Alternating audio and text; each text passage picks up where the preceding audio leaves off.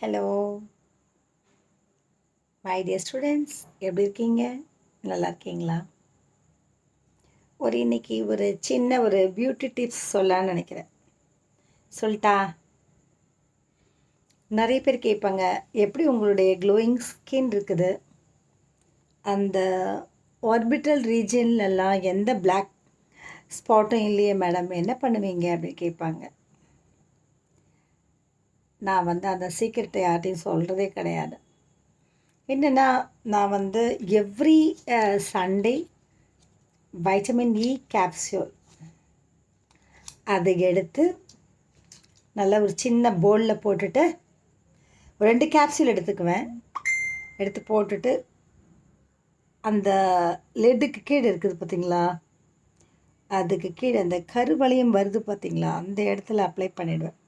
2 பக்கமும் அப்ளை பண்ணிவிடுவேன். அதேமாதிரி லிப்ஸுக்கு மேலே இந்த ஏரியாலாம் டக்கு டக்குன்னு பிளாக் ஆகிடும். அதை நல்லா ஒரு 2 கேப்சூல் எடுத்துக்குவேன். 2 கேப்சூல் எடுத்துகிட்டு ஒரு பவுலில் ஸ்க்யூஸ் பண்ணிவிட்டு கையால் ரேண்டமாக அப்படியே கையால் எடுத்து நல்லா 2 கண்ணுக்கு கீழேயும் அப்ளை பண்ணிவிடுவேன்.